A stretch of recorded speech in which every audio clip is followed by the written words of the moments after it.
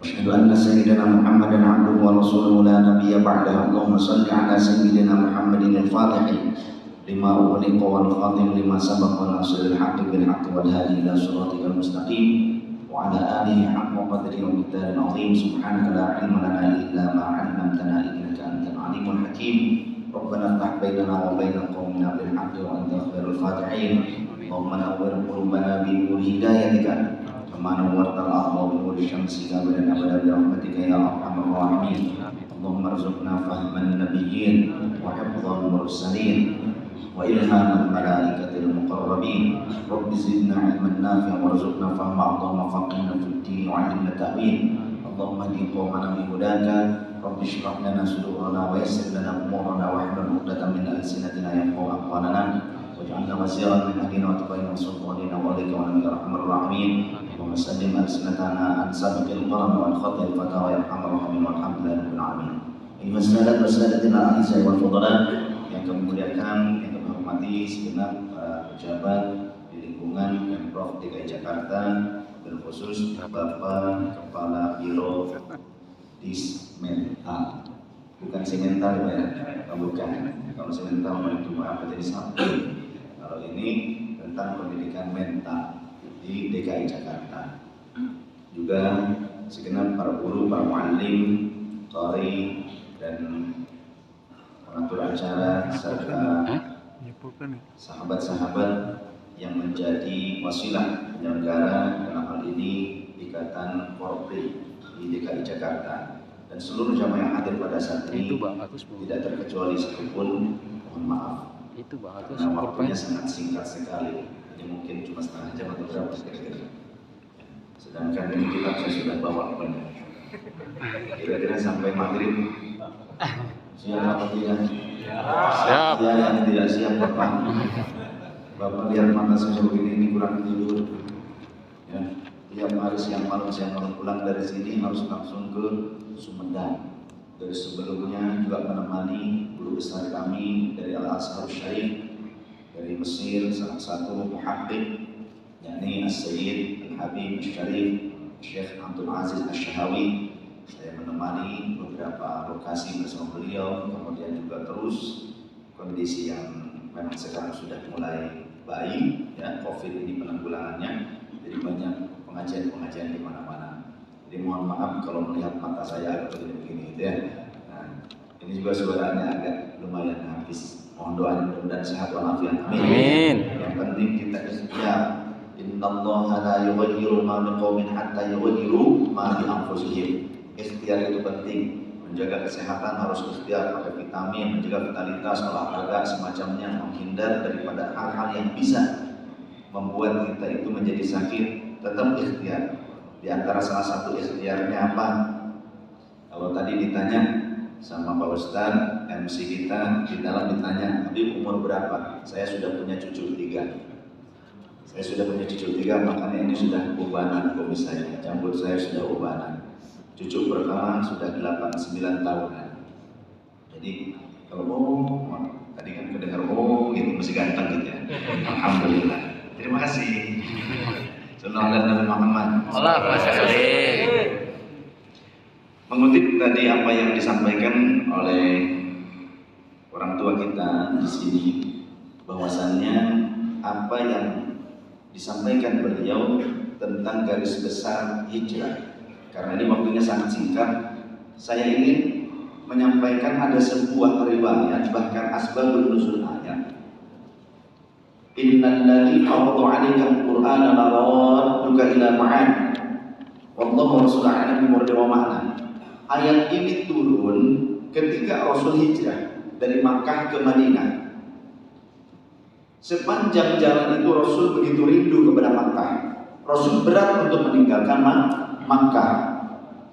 Sehingga Rasul berkata, Makkati, Makkahku, tanah airku, kata Rasul. Sehingga kegundahan Rasulullah kemudian dijawab oleh Allah, Innal ladzi farada 'alaika al-Qur'ana laradduka ila ma'ad. Asbabun nuzulnya begitu. Maka kalau ngaji itu jangan cuma kita teksnya saja, entah Al-Qur'an ataupun hadis. Jangan hanya teksnya saja. Banyak orang menjadi tersesat tapi tidak merasa sesat. banyak orang salah kaprah tapi merasa benar dan gampang menyalahkan orang lain. Karena apa? Karena hanya menggunakan teks dalilnya saja. Bahkan mohon maaf, banyak orang yang sekarang hafizul Quran, tapi ternyata Allah sendiri telah menyatakan membagi 3 kelompok hafizul Quran. Hufaz itu, kata Allah, sesungguhnya kami telah mewariskan thumma awratna al-kitaba alladziina astafayna min ibadina faminhum zalimun li nafsihi wa minhum muqtasid wa minhum sabiqun bil khairati bi'idznillah wallahu rasulana bi wa ma'na. Telah kami wariskan Alkitab ini, Al-Quran ini kepada sebagian orang-orang yang kami kehendaki. Tidak semua orang bisa hafal Al-Quran, bagus menghafal Al-Quran, tapi jangan sampai hanya hafalannya saja. Tadi juga kan dikutip oleh beliau seperti itu. Karena orang yang hafal Quran pun terbagi menjadi 3 kategori. Yang pertama, faminhum zalimun li nafsihi. Dia hafal Quran, tapi justru dia menanggalkan Al-Quran itu sendiri. Dia telah keluar daripada maqasid syariah, tidak sesuai dengan substansinya Al-Quran. Begitulah. Ya. Kemudian yang kedua, wa minhum muqtasid. Separuh dipakai, dia hafal, tapi isinya separuh dia terima, separuhnya dia tolak. Yang ketiga, dia hafal Al-Quran, wa minhum sabiqun bil khairati bi'idznillah. Ya juga mengamalkan, bahkan memahami Al-Quran itu. Karena tidak mungkin bisa mengamalkan substansi Al-Quran kalau tidak memahaminya, betul tidak? Oleh karenanya, jangan hanya kita bangga dengan hifdzul Quran saja. Kan banyak orang-orang menggunakan kata tahfidz, sebetulnya yang tepat itu hifdzul Quran, itu lebih tepat. Ya, walaupun tidak salah-salah amat, tahfidzul Quran boleh-boleh saja. Tapi yang lebih tepat hifdzul Quran. Gitu. Ini penting. Karena banyak orang sekarang justru menjadi bangga hanya dengan itu saja, tapi hafal secara teks, dia tidak paham substansinya. Termasuk orang sekarang banyak yang membuat program-program hifdzul Quran, tapi kemudian dididik untuk menjadi khawarij. Apa itu khawarij?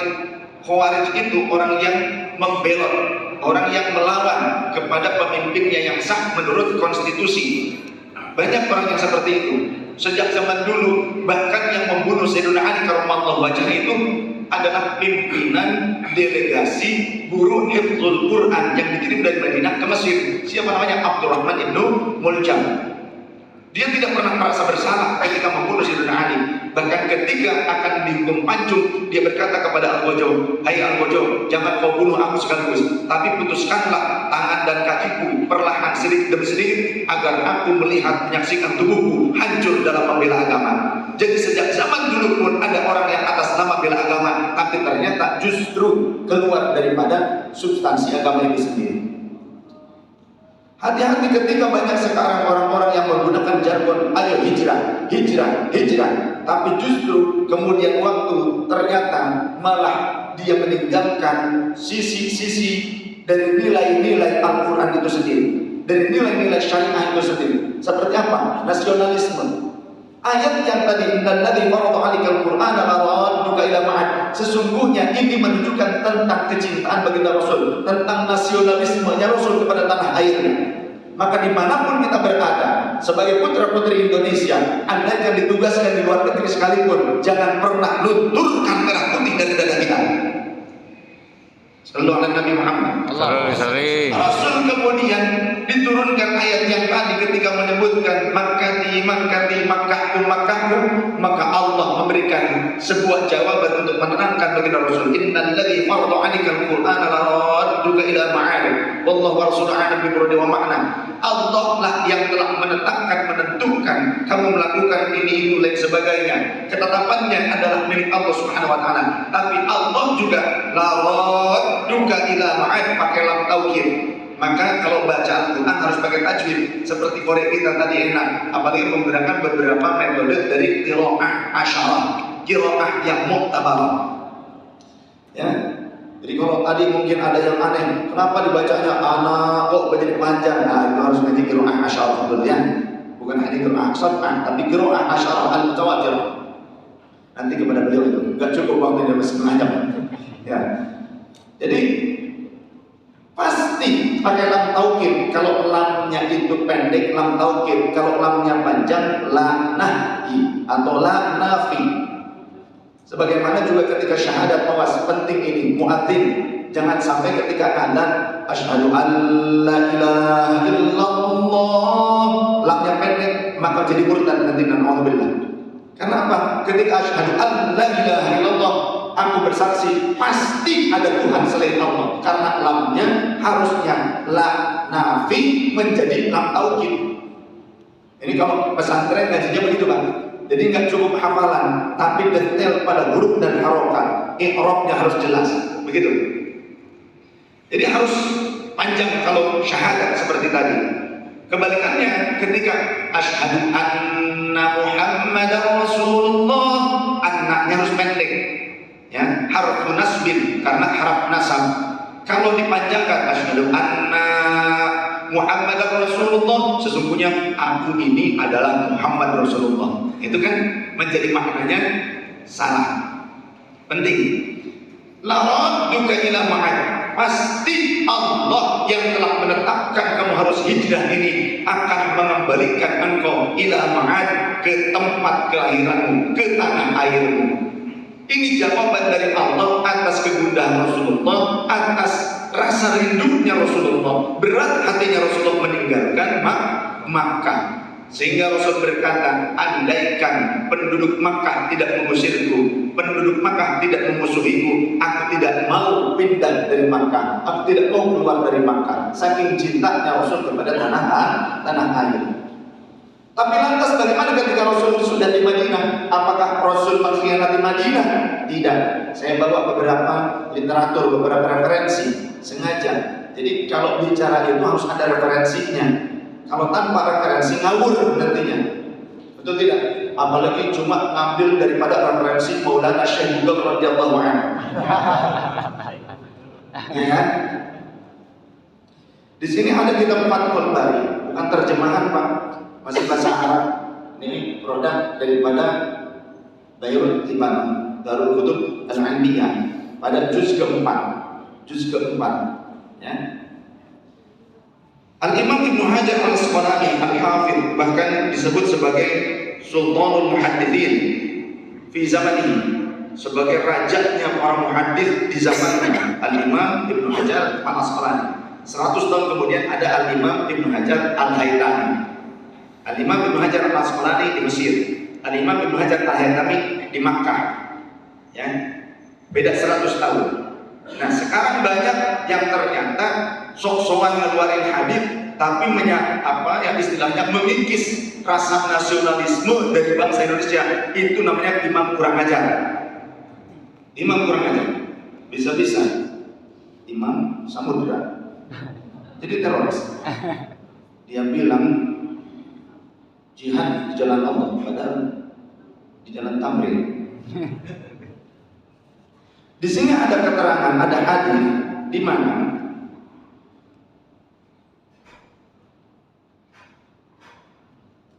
haddatsana Sa'id bin Abi Maryam akhbarana Muhammad bin Ja'far qala akhbarani Humayd annahu sami'a Anas radhiyallahu anhu yaqul. Beliau Humayd radhiyallahu anhu mendengar sahabat Anas bin Malik radhiyallahu anhu. Siapa Anas bin Malik? Pembantunya Rasul selama 10 tahun. Berarti sangat kenal dengan Rasul sallallahu alaihi wasallam. Yang didoakan panjang umur Rasul oleh Rasul sallallahu alaihi wasallam sampai akhirnya beliau itu berumur kurang lebih 108 tahun. Kalau kakek saya, adiknya nenek 100 tahun. Kalau mbah saya, ayahnya nenek saya 117 tahun. Guru saya Syabdul Haq Hamidi 115 tahun. Guru saya Syekh Sanusi 125 tahun. Bapak insya Allah saya doakan 300 tahun. Amin. Supaya jadi jenglot Pak. Jangan takut jika saat ini kita kurang dihargai oleh orang lain. Barangkali ketika menjadi jenglot kita dihargai miliaran rupiah Pak. Sallallahu Nabi Muhammad. Biasanya kan kalau sudah pakai AC ruangannya, karpetnya nyaman begini, ngantuk itu melanda luar biasa. Betul? Betul. Saya rasakan itu. Kemudian beliau mendengar baginda Rasul, kana Rasulullah sallallahu alaihi wasallam idza qadima min safarin. Jadi ada lafaz kana disandingkan dengan asma Rasul, maknanya tikrar. Oh, harus mengaji dulu sampai begitu. Lafaz kana disandingkan dengan asma Rasul maknanya tikror, kebiasaan. Kebiasaan Rasulullah sallallahu alaihi wasallam idza qadima min safarin, jika beliau pulang dari perjalanan keluar kota, fa absara darajatil madinati aw du'anaqatan, ketika beliau melihat beberapa dinding-dinding bangunan paling pinggirnya Madinah. Kalau dulu kota Madinah itu kira-kira sebesar Masjid Nabawi dan sekitarannya yang ada hotel-hotelnya, nggak sampai luas banget kalau dulu. Jadi ketika Rasul melihat dinding-dinding paling luar bangunan Madinah, maka beliau akan mempercepat laju kendaraannya, entah menggunakan unta atau menggunakan kuda, beliau akan mempercepatnya. Wa in kanat dabbatan harrakaha, kalau menggunakan kuda, Rasul akan mengendalikannya, menggerak-gerakannya. Kayak jorok, Pak. Ya, ditarik-tarik, kudanya diangkat-angkat kaki. Begitu, terus diputar-putar, langsung segera dipercepat menuju Madinah. Seperti itu kebiasaan Rasul sallallahu alaihi wasallam. Bahkan qala Abu Ubaidillah, qala Abu Abdillah radhiyallahu anhu mengatakan, Zadal Harith ibnu Umair, riwayat dari Harith bin Umair, ada tambahan redaksi an Humair dari Sayyidina Humair, harrakaha min hubbiha, beliau menggerakkan kudanya itu karena apa? Saking cintanya kepada Madinah. Oleh karenanya Imam Ibnu Hajar beliau mengatakan, meriwayatkan dalam riwayat yang lain ada satu jilid lagi setelah ini, tapi tidak saya bawa karena kebanyakan. Cukup ini aja belum tentu khatam semua ini. Ya. Pada akhirnya, pada ayat yang lainnya, ada tanah Ibrahim bin Ishaq, ada tanah Harith bin Umair, an Humaid At-Tawi an Anas radhiyallahu anhu anna Nabiyya sallallahu alaihi wasallam kana idza qadima min safarin, adalah kebiasaan Rasul jika beliau pulang dari sebuah perjalanan, fanadhara ila judratil madinati, dan beliau melihat bangunan-bangunan Madinah, awda'ana qadahu, maka beliau akan mempercepat untanya tersebut. Wa in kana ala dabbatin harrakaha min hubbiha, dan jika beliau menggunakan kuda, maka beliau akan menggerak-gerakkan kuda tersebut yang kemudian dipercepat lajunya sampai ke Madinah. Karena apa? Min hubbiha, saking girangnya, saking cintanya, saking senangnya dengan Madinah. Rasul tidak mengkhianati Madinah. Andaikan kita orang yang lahirnya dulu bukan di Indonesia, tapi kita keturunan Indonesia, sekarang kita berada di Indonesia, maka di mana bumi dipijak, di situ langit cukup dilihat aja, Pak, di junjung berapa? Di junjung itu apa? Begini kan? Cukup dilihat saja. Di situ langit dijunjung. Jadi inilah dalil tentang nasionalisme yang kemudian oleh para ulama, bukan hanya di Indonesia, seperti para mufti di Mesir, Syekh Ali Jum'ah, Syekh Asy-Syahawi, kemudian yang lainnya, juga di Syam, di Suriah, di berbagai tempat para ulama-ulama Ahlus Sunnah wal Jamaah senantiasa mengajarkan tentang nasionalisme. Sehingga di sini wafil hadithi dalalatun ala fadlil madinati, hadits tersebut menunjukkan tentang fadilah, keutamaan Madinah, wa ala masyru'iyyati hubbil watani wal hadini ilaihi. Kata Imam Ibnu Hajar Asqalani, kalau kita Imam Mahdi mengikut ya Imam sholat aja deh. Dan ini adalah syariat, bukti dalil disyariatkannya cinta kepada tanah air, masyru'iyyati hubbil watani wal hadini ilaihi, dan merindukan tanah air. Nih silakan kalau mau baca-baca sendiri. Ada. Jadi bohong orang yang menyatakan nasionalisme tidak sesuai dengan ajaran Islam. Bohong. Saya tegas. Bohong. Bahkan Rasulullah SAW ketika di Madinah membuat Sifton of Madinah, piagam Madinah. Sebetulnya belum jadi Madinah waktu itu, masih Yathrib. Apa itu Yathrib? Yathrib maknanya adalah wabah penyakit. Jadi di Madinah dulu sebelum ganti nama Madinah, itu tempat wabah penyakit. Rasul datang ke situ tuh warga Madinah bahkan banyak yang mau pindah. Kata Rasul, jangan pindah. Kenapa? Karena air sumur di tempat kami beracun. Ya Rasulullah, kami tidak sanggup banyak yang mati. Di mana tempatnya? Contoh ada sumur Budo'ah di Madinah. Sumur Budo'ah itu terkenal sumur yang membawa wabah penyakit. Rasul datang, Rasul wudhu di tempat tersebut, dimasukkan air bekas wudhunya, kemudian diludahi oleh Rasul, dan beliau berkata, siapa yang meminum air dari sumur Budo'ah maka akan dihilangkan penyakitnya. Yang tadinya sumur beracun yang membawa wabah, menyebarkan wabah, yang justru sekarang menjadi barokah. Jangankan air bekas wudhunya Rasulullah yang di dalam Sahihul Bukhari, saya juga bawa selain Fathul Bari, saya bawa juga Sahihul Bukhari, bukan terjemahan, masih bahasa Arab. Para sahabat Rasul, jika baginda Rasul idza tawaddaa, jika baginda Rasul berwudu, maka kadu yaqtatiluna an wudu'ihi. Para sahabat itu berebut air bekas wudhunya Rasul seolah-olah mereka hampir bertikai. Ketika sahabat yang lain, ya ini sahabat sudah mendapatkan di air wudhu bekas Rasulullah, kemudian mereka akan usapkan ala wujuhihim, pada wajah-wajah mereka, wa abdanihim, dan pada tubuh mereka. Jika ada orang lain yang tidak mendapatkannya langsung air bekas wudhu Rasul, maka mereka mereka akan mengambil apa?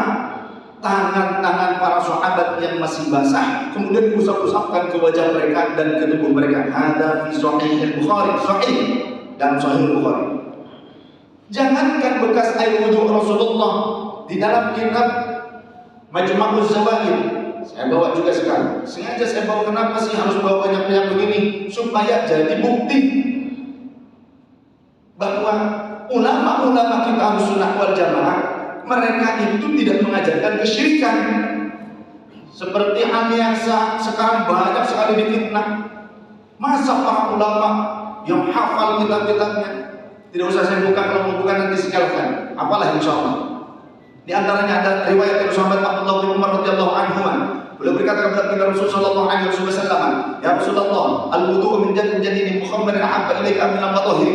Wudu dari tempat wudu yang khusus untuk engkau yang baru tertutup, apakah lebih engkau sukai dibandingkan wudu dari tempat wudu umum ya Rasulullah? Apa sih tempat wudu umum? Dulu di samping masjid Nabi itu ada bak yang terbuat dari susunan balok kayu yang kemudian dibalut dengan tanah liat yang dikeringkan lalu diisi air.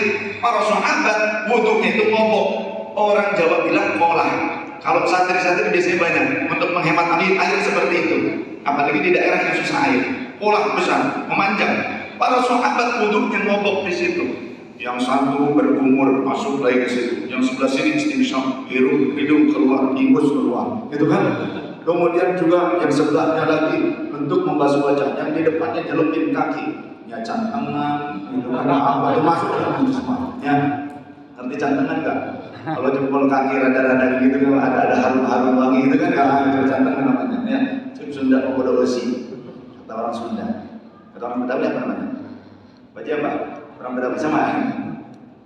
Mas, apa jawaban Rasul? Bal minal matahiri, justru aku lebih suka airnya diambil dari tempat wudu umum. Maka faba'atha rajulan ilal matahiri, Rasul mengutus orang laki-laki ke tempat wudu umum, fayu'ta bil ma'i, maka dibawakan air di tempat wudu umum. Apa yang dilakukan Rasul? Apa yang dilakukan Rasul? Bukan digunakan untuk wudu, fayashrabuhu, bahkan justru yang ada, maka Rasulullah meminum air tersebut, yarju barakata aidil muslimina, karena mengharapkan keberkahan dari bekas tangan-tangan orang muslim. Ada hadithun hasanun, hadithnya hasan, ada dalam Majma'uz Zawaid, ada. Ya. Jadi kita tidak perlu ragu mengikuti para ulama kita, karena para ulama kita semuanya memiliki dasar dan mereka ahli hadis. Ini hadisnya. Majma'uz Zawaid juz pertama ada 12 jilid. Al-Imam Ali Nuruddin Al-Haythami wafat di tahun 807 Hijriah. Artinya hampir sekurun dengan Al-Imam Ibnu Hajar Al-Asqalani. Ada riwayat. Oleh karenanya kita penting mengaji itu punya guru yang bersanad.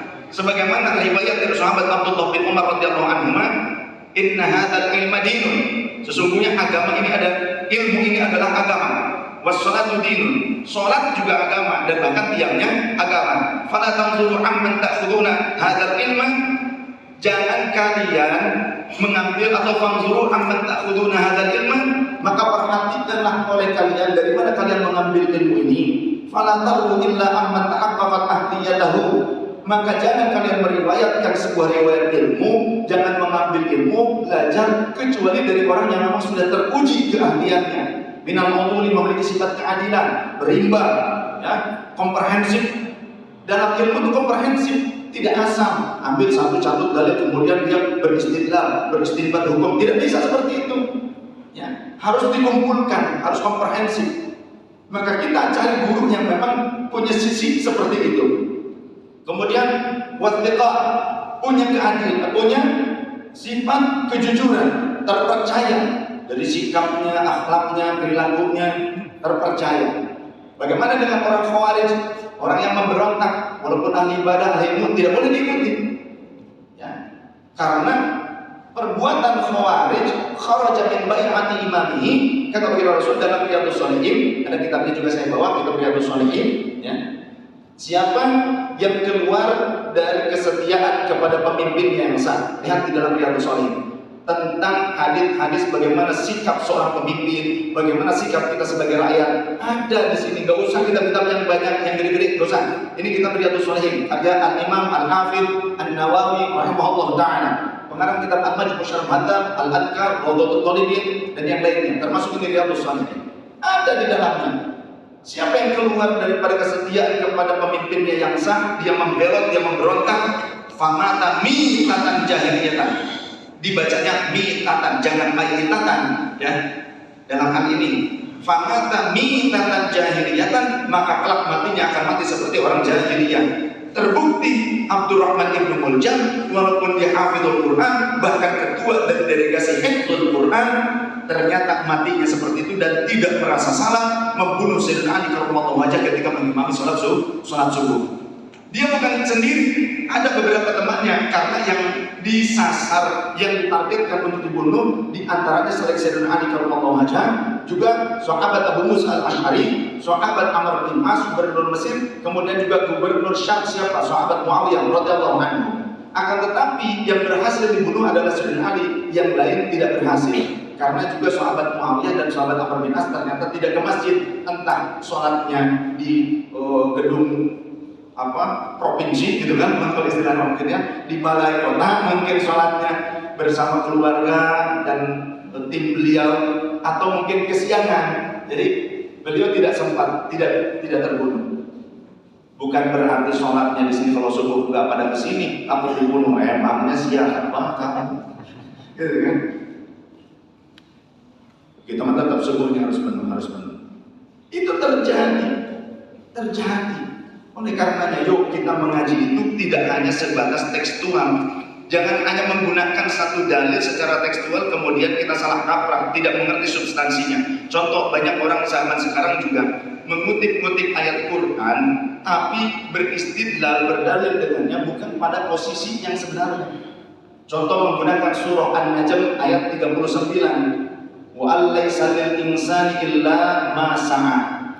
Seseorang tidak akan mendapatkan apapun, tidak mendapatkan manfaat apapun dari orang lain, hadiah, pahala, bacaan Quran, tahlilan, pikiran, doa, sedekah, tidak akan sampai kepadanya katanya.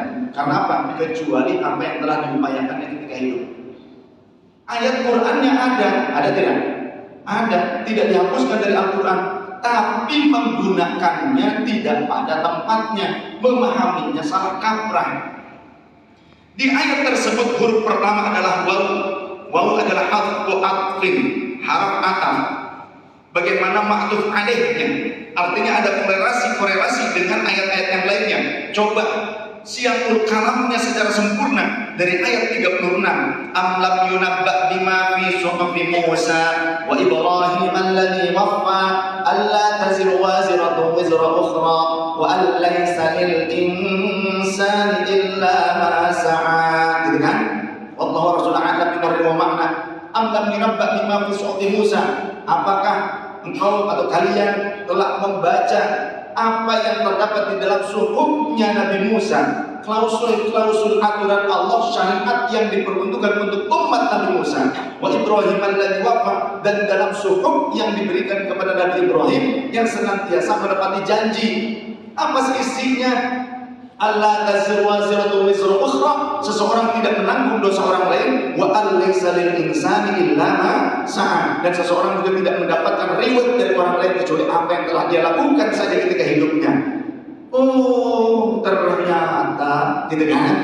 Oh ternyata ini bukan syariat untuk umat Nabi Muhammad. Ini syariat yang berlaku untuk umat Nabi Musa dan umat Nabi Ibrahim alaihissalam. Tapi kan ada di dalam Al-Quran, kita itu harus paham sebagian daripada Al-Quran itu adalah hikayat atau kisah.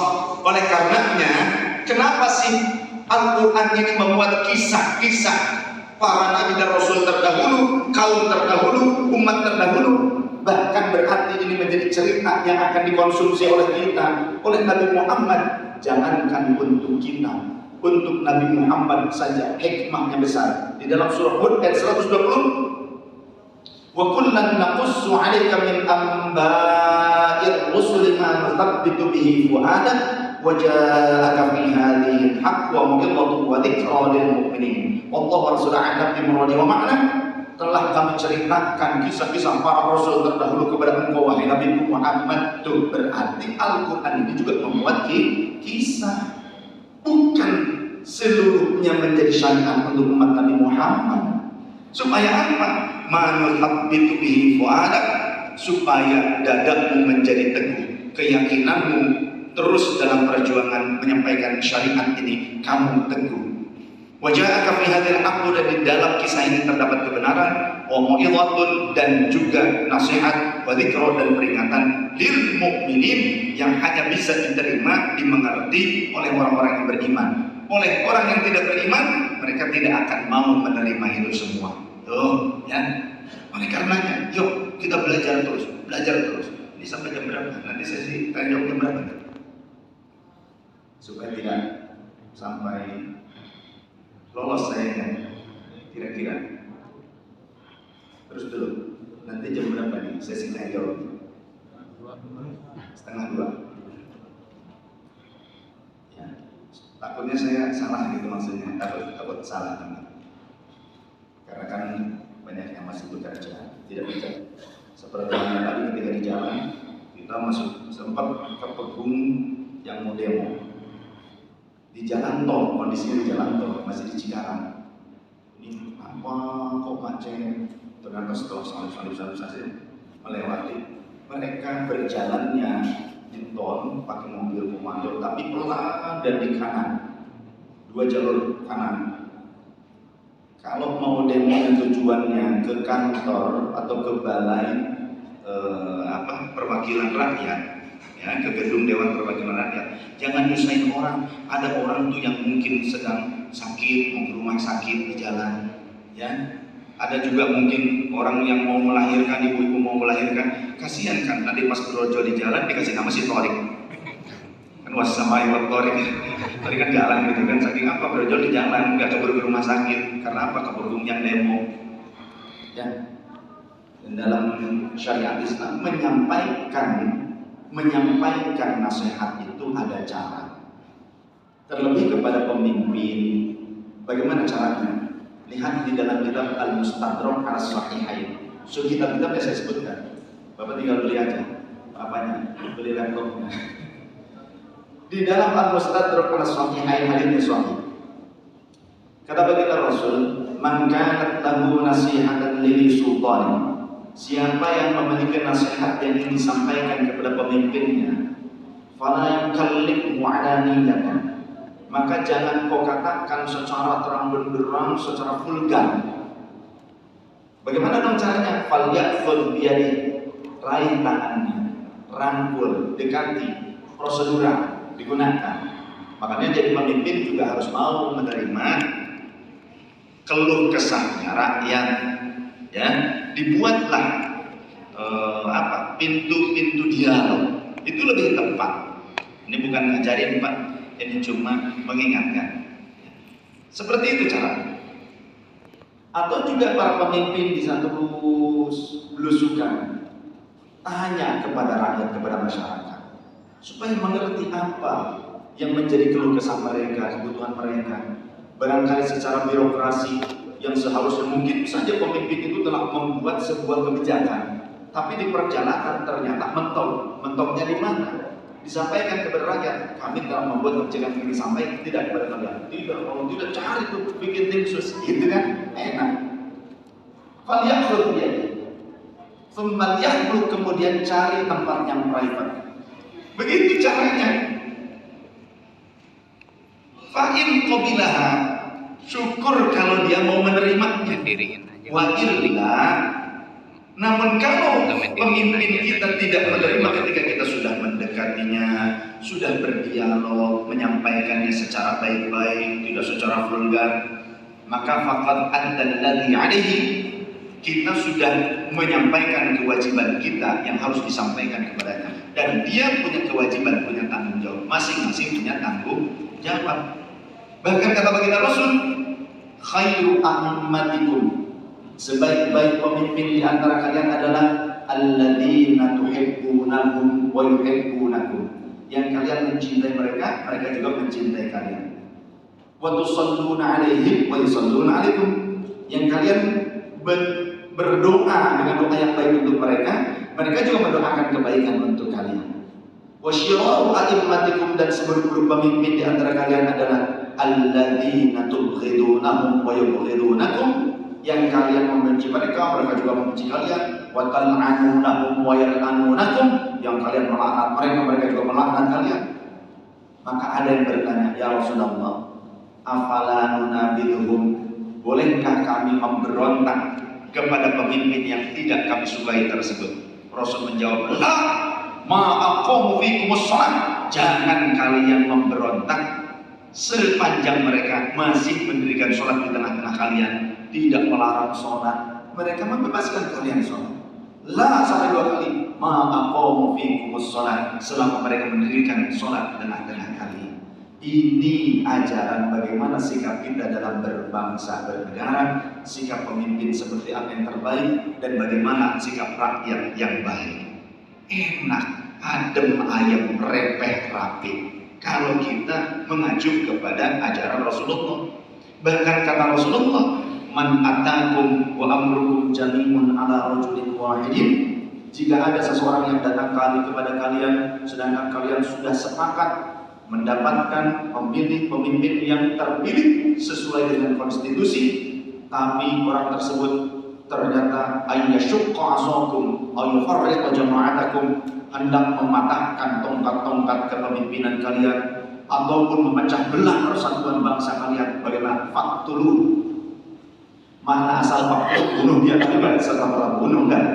Ada tahapan, dirangkul, dinasihati. Kalau dia angkat senjata, memprovokasi, mau bikin keributan, mau bikin pertumpahan darah, maka ada TNI, Polri, kalau kita sebagai penegak hukum untuk, bahkan wajib di dalam kitab fikih, wajib menindak tegas dan istilahnya menghalau upaya-upaya provokasi tersebut. Dan bukan hanya TNI Polri, ini tugas kita bersama sebagai putra putri bangsa. Ada pertanyaan?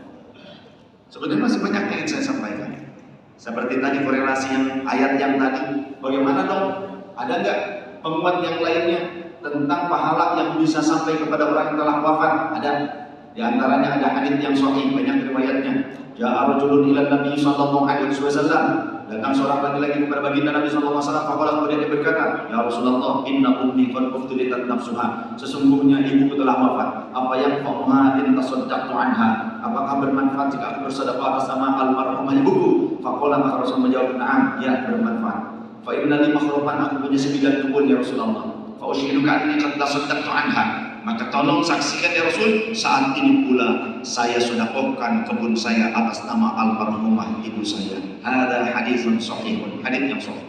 Jadi kalau bapak di sini ada yang punya tanah, punya lahan, datang, Bim, saya mau hibahkan nih tanah buat majelis, contoh begitu. Ini mah Pak buat bukan garap, ini mah. Ini ngasih tahu jalan kebaikan. Itu termasuk birrul walidain, ya. begitu. Karena tadi ditanya, di Jakarta cabangnya ada belum punya tempatnya, tapi sering juga ngisi di Jakarta. Sampai ke Tangerang, di Ciputat juga ya. Insya Allah mudah-mudahan sering silaturahmi kemari. Yang penting walaupun seberapa pun yang datangnya, ya, Pak Ketua, tetap kita ngaji. Karena hidayah itu memang mahal. Terlebih istiqomah. Istiqomah itu bukan barang murah.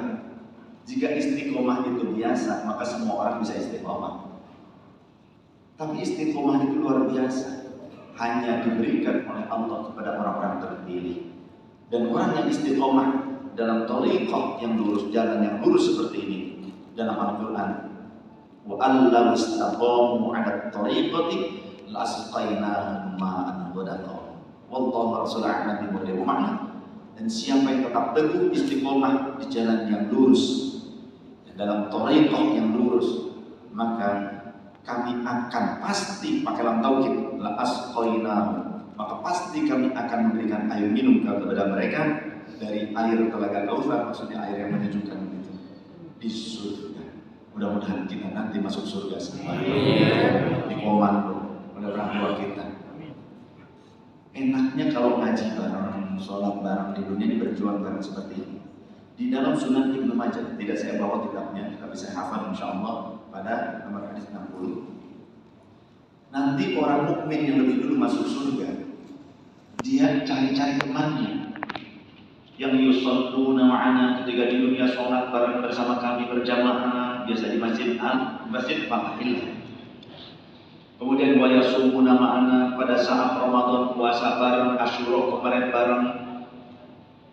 Enggak, pada saat Ramadan sahurnya jam 11 siang, kolektif nasi padang, sahur jam 11 siang. Enggak, sahur bener bareng. Wa yahujjuna ma'ana, hajian bareng. Kemarin juga kan ada yang pada hajian bareng, umroh bareng, ngaji bareng, apa saja pokoknya dalam hal kebaikan bareng. Tapi kemudian dia berkata, ya Rabbi, qad adkhaltana ilal jannati wa adkhaltahum ilan nar. Kau telah memasukkan kami ke dalam surga, tapi kau masukkan teman-teman kami ke dalam neraka. Kami rindu ya Allah. Maka kata Allah, idhabu ilan nar, pergilah kalian sekarang ke dalam neraka. Dan dengan ini Allah tidak panas, tidak merasakan kepanasan. Akhrijuhum man araftum minhum, keluarkan orang-orang yang kau kenal di antara mereka yang dulu ketika di dunia sholat bersama, ngaji bareng, umroh haji bareng, puasa bareng, sosial, kita berbakti sosial kita bareng, lakukan kebaikan-kebaikan bareng, khidmat kepada masyarakat. Kita sebagai pekerja negara, kita diniatkan khidmat kepada negara dan kepada masyarakat.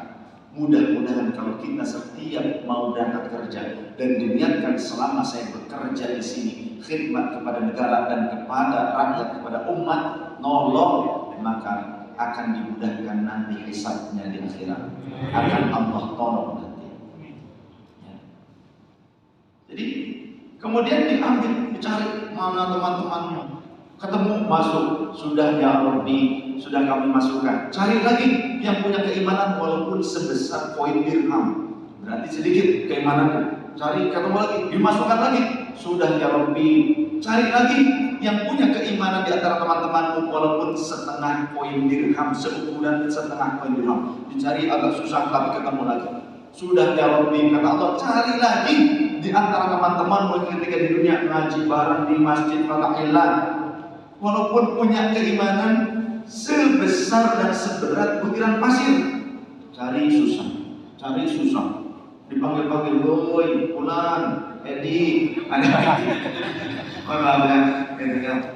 Asep, itu, Pak Udin, itu mana, gitu kan? Mohon maaf, itu ilustrasi. Oh, susah. Kenapa? Karena neraka sampai ke lehernya, sampai ke pundaknya. Susah dikenali karena apa? Cemong wajahnya. Tapi tidak habis karena dia pernah sujud ketika di dunia, jadi wajahnya tidak habis, hanya sebatas pundaknya saja. Ini kamu diambil, dimasukkan ke dalam surga. Barokah kita berteman bersaudara dalam kebaikan. Mudah-mudahan semuanya bisa saling memberikan syafaat. Amin. Terlebih kita mendapatkan syafaat Rasulullah SAW. Ada pertanyaan? Silakan bebas. Cukup.